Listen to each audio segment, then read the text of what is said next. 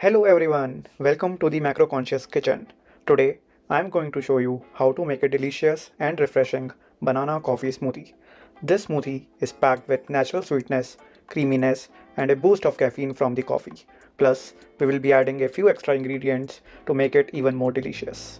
For this recipe, you will need 200 ml of low fat milk, 1 banana, half teaspoon coffee, half teaspoon of vanilla essence, and mixed dry fruits like almonds, cashew nut, and walnut.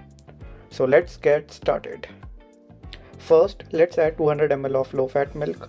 I am using skimmed milk here. The milk will help to make the smoothie creamer and to balance the flavor of coffee. Next, let's peel and chop the banana into small pieces. This will be base of our smoothie and it provides natural sweetness and creaminess. Now, let's add coffee and vanilla essence. The vanilla essence will give the smoothie a nice and natural vanilla flavor. The dry fruits will give our smoothie an extra bit of crunch and an addition of natural sweetness. Now, let's blend everything together on high speed for about 30 seconds or until the smoothie is smooth and creamy. And there you have it, a delicious and refreshing banana coffee smoothie.